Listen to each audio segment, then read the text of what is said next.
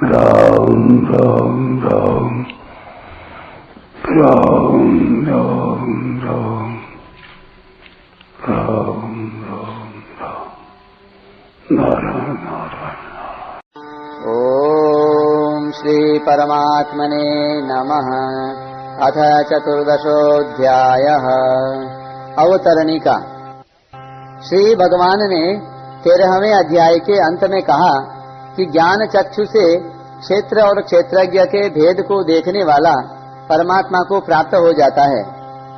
अब प्रश्न होता है कि वह ज्ञान क्या है और उसकी क्या महिमा है तथा उस ज्ञान की प्राप्ति का सरल उपाय क्या है। इसका वर्णन करने के लिए भगवान 14वें अध्याय का विषय आरंभ करते हैं।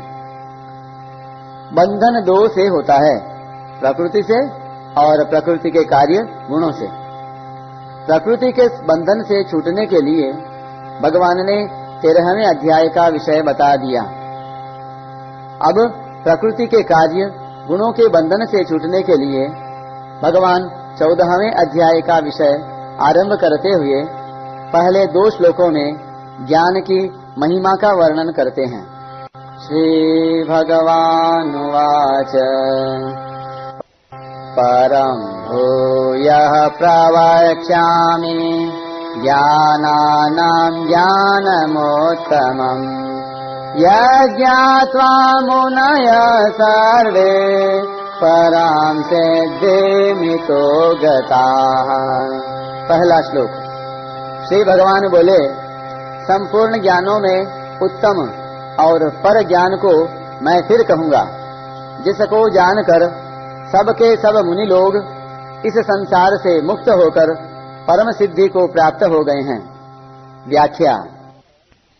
परम भूयः प्रवक्ष्यामि ज्ञानानां ज्ञानमुत्तमम्। 13वें अध्याय के 18वें, 23वें और 34वें श्लोक में भगवान ने क्षेत्र क्षेत्रज्ञ का, प्रकृति पुरुष का जो ज्ञान बताया था अर्थात विवेक बताया था, उसी ज्ञान को फिर बताने के लिए भगवान भूयः प्रवक्ष्यामि पदों से प्रतिज्ञा करते हैं। लौकिक और पारलौकिक जितने भी ज्ञान हैं अर्थात जितने भी विद्याओं, कलाओं, भाषाओं, लिपियों आदि का ज्ञान है, उन सब से प्रकृति पुरुष का भेद बताने वाला, प्रकृति से अतीत करने वाला, परमात्मा की प्राप्ति कराने वाला यह ज्ञान श्रेष्ठ है, सर्वोत्कृष्ट है। इसके समान दूसरा कोई ज्ञान है ही नहीं, हो सकता ही नहीं और होना संभव भी नहीं। कारण कि दूसरे सभी ज्ञान संसार में फंसाने वाले हैं, बंधन में डालने वाले हैं। यद्यपि उत्तम और पर इन दोनों शब्दों का एक ही अर्थ होता है, तथापि जहाँ एक अर्थ के 2 शब्द एक साथ आ जाते हैं वहाँ उनके 2 अर्थ होते हैं। अतः यहाँ उत्तम शब्द का अर्थ है कि यह ज्ञान प्रकृति और उसके कार्य संसार शरीर से संबंध विच्छेद कराने वाला होने से श्रेष्ठ है, और पर शब्द का अर्थ है कि यह ज्ञान परमात्मा की प्राप्ति कराने वाला होने से सर्वोत्कृष्ट है। यज् ज्ञात्वा मुनयः सर्वे पराम सिद्धि मितो गताः।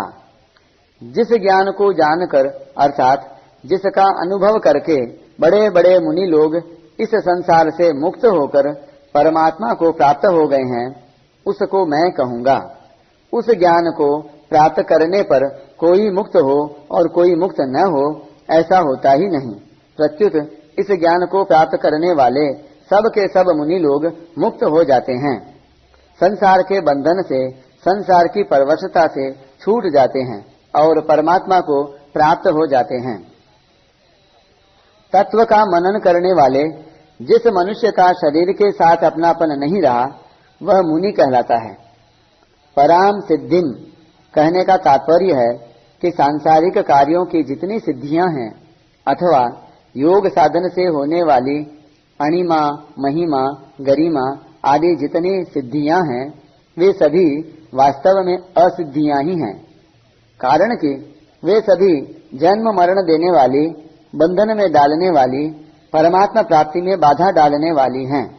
परंतु परमात्मा प्राप्ति रूप जो सिद्धि है वह सर्वोत्कृष्ट है, क्योंकि उसको प्राप्त होने पर मनुष्य जन्म मरण से छूट जाता है। परिशिष्ट भाव। यह 14वां अध्याय 13वें अध्याय का ही परिशिष्ट है। क्षेत्र क्षेत्रज्ञ के विभाग का ज्ञान संपूर्ण लौकिक पारलौकिक ज्ञानों से उत्तम तथा सर्वोत्कृष्ट है। यह ज्ञान परमात्म तत्व की प्राप्ति का रामबाण उपाय है। इसलिए इस ज्ञान को प्राप्त करने वाले सब के सब साधक परमात्म तत्व को प्राप्त हो जाते हैं, अर्थात मुक्त हो जाते हैं। ज्ञानानाम ज्ञानमुत्तमम पदों का तात्पर्य है सात्विक, राजस और तामस ज्ञान से तथा लौकिक पारलौकिक ज्ञान से भी उत्तम आखिरी ज्ञान। इस ज्ञान के सिवाय दूसरा कोई ज्ञान परम सिद्धि प्राप्त नहीं करा सकता। एक परमात्म तत्व के सिवाय कुछ भी नहीं है, ऐसा अनुभव हो जाना ही परम सिद्धि की प्राप्ति है।